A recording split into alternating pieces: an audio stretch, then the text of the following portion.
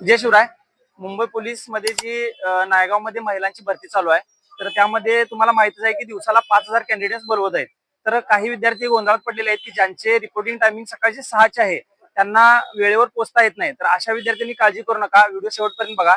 अशा विद्यार्थ्यांसाठी तिथे राहण्याची व्यवस्था केलेली आहे. राहण्याची व्यवस्था सोबत तुम्हाला वॉशरूम मध्ये म्हणजे ज्या मूलभूत गरजा आहेत त्या सर्व पुरवण्यात आलेल्या आहेत.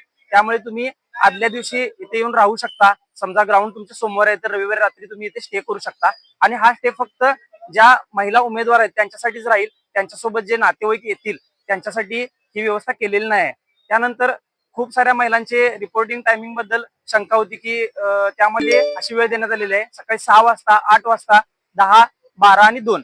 तर यामध्ये तुम्हाला तुमचे जर सकाळचे 6चे टायमिंग असेल तर त्याच्यापूर्वी 1 तास रिपोर्टिंग करणे महत्वाचे आहे. तुमचा गोंधळ होऊ नये म्हणून तुम्हाला 1 तास आधी रिपोर्टिंग करायचे आहे.